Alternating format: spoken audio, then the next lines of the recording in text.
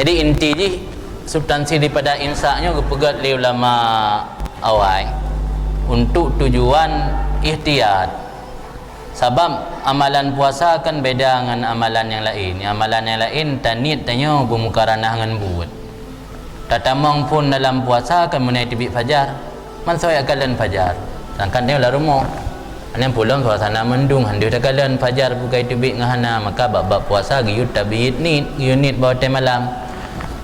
Jadi tak tundra daripada muftirat perkara yang membatalkan puasa baik watepah kai tibik fajar tatun karena tibik fajar kan amrun majhul nam datujan bitanya fajar tibik. Maka ulama awal kepegat sebelum tibik fajar. Tapi sebelum itu bit fajarnya yang dalam fatwa ulama adhar kontrol bertingkat 10 minit lagi sila imsak tanya bacutuk dak ni tibik fajar ini dah tundra baik pajuhli. Tapi yang watak imsak istilah tanya nya mendang je makan minum. Karena watak imsak yang lagi istilah tanya kontrol 10 minit ke baru tibik fajar.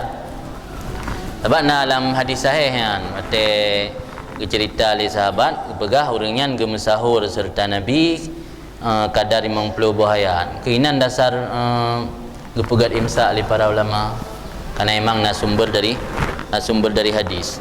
Sumber dari hadis antara adzan dengan sahur dan kadar 50 buhayat.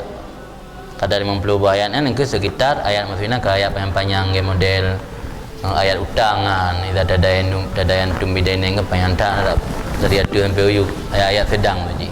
Ayat sedangnya kita baca Quran 10 minit 50 buhayat. Ini ada dasar dari hadis imsak ya. Jadi yang imsak hakiki tetap dekat tibik fajar.